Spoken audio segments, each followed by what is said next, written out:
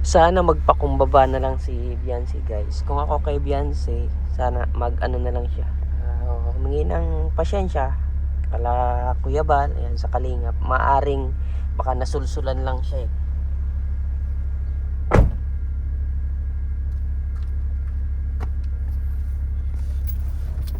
Maaring nasulsulan lang siya. May anak. Kasi wala naman, hindi naman niya magagawa lahat ng yun kung walang nasa likod niyan, kung walang nagsusulsol. Kasi syempre, di ba? Imagine yung tumulong sa'yo, tapos papatulpo mo pa. Kaya tingin ko naman mabait naman si Kalingap Rab, si Kuya Bal. Tingin ko mapapatawad siya kung sakaling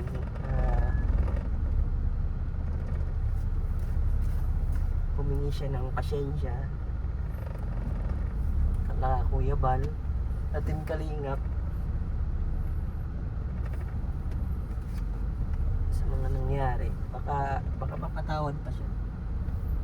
Opinion ko lang kasi marami ng mga ganyan na senaryo na nangyari na kinalaban yung mga tumulong pero bumagsak. Nangyari na din yung kay Jojo, kay Donita Rose, nangyari kay Tikram. Marami nang nangyari na pumalaban sa mga tumutulong pero ang nananaig yung katotohanan, tumulong. So sana magbago yung isip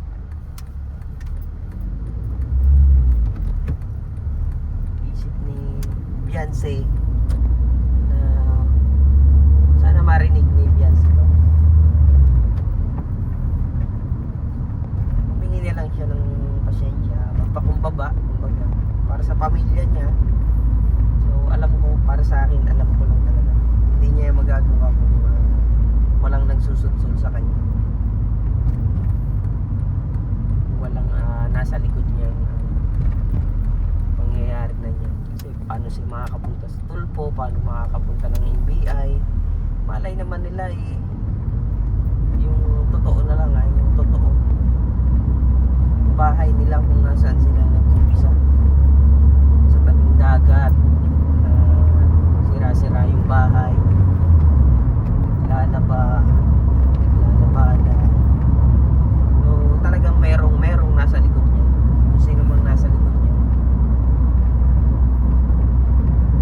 Kaya Beyonce, pakumbaba ka na lang.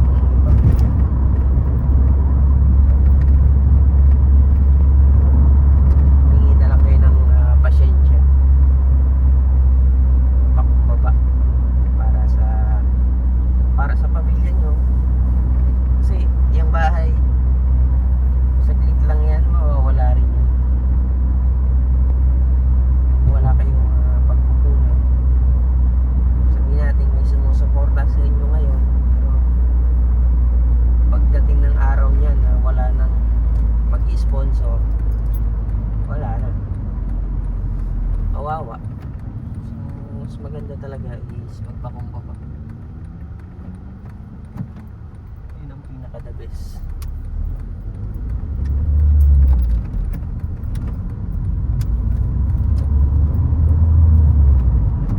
Baba na lang. Para sa akin lang, para sa opinion. So yun pa, ako nga pala si Marky Sagunde, yan, charity vlogger, support sa Kalingap, sa mga lahat ng charity vlogger, support natin. So, hindi na ako nakakapag-charity vlog kasi nandito lang ako sa Darwin, Australia ngayon. Nasa Australia na ako, kaya hindi na ako nakakapag-vlog ng charity. So pag uwi ko ng Pilipinas, magpa-vlog ulit ako, tutulong pa rin. Pero kung may mga scholar tayo, may mga tinutulungan tayo na behind the camera, kumbaga hindi naman na lahat ng pagtulong ay ipapakita sa camera.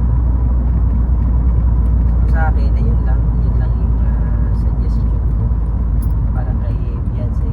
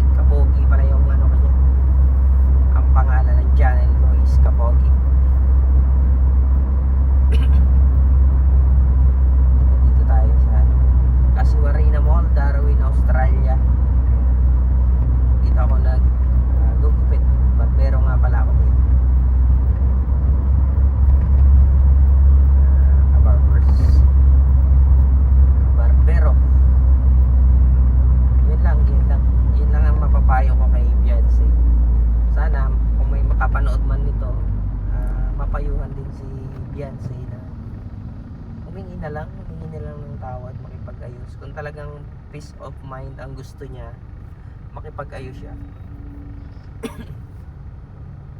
Kumbaga, kung peace of mind talaga ang gusto mo, makipag-ayos ka dun sa kung may kagalit ka, kung may kaaway ka, makipag-ayos ka. Yun ang peace of mind. Hindi yung magpapatulpo, NBI. Hindi peace of mind ang hanap mo nun, lalong away. Kung gusto mo ng peace of mind talaga, makipag-ayos ka. Tingin ko naman sila Kuya Bal, Kalinga Prab, hindi yan madamot. So sabi nga ni Kalinga Prab, kung hindi nyo kaya si Rina, ibalik nyo na lang. Yan ang sabi ni Kalinga Prab. Huwag nyo nang siraan. Issue pa. Kung hindi nyo kaya, di ibalik mo. Tama naman si Rab, diba? Wala kaya balik nyo na lang. Kaya ayan, kung makarating sa ito Beyonce, ayun na lang ang pinaka the best.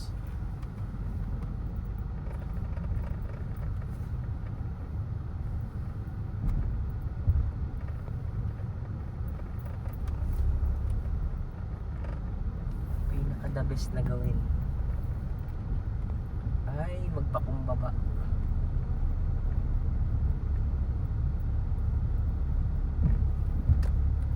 Kasi yung nagpapakumbaba ang siyang tinataas.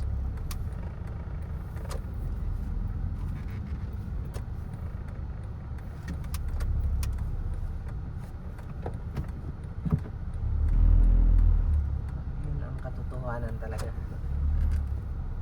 Papakumbaba ang siyang tinataas.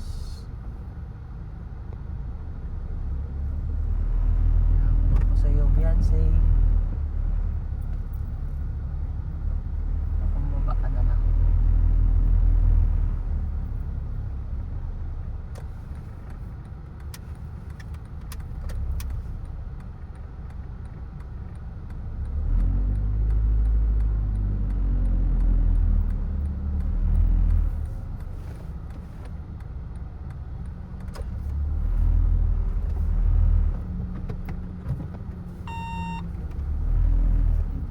Parking pa.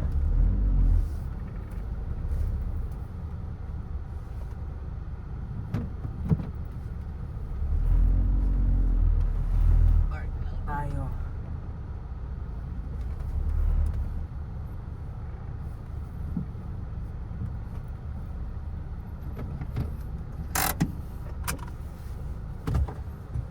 Guys, aircon na, samahan nyo ako sa pumasok sa trabaho.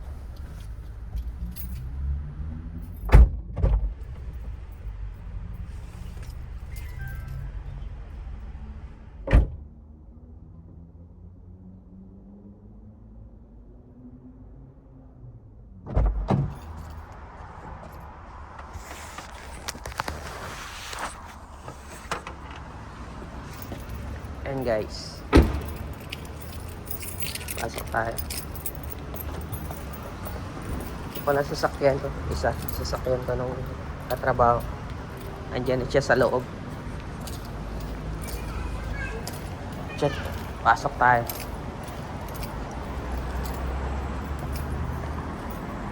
Madumi pala konti yung camera.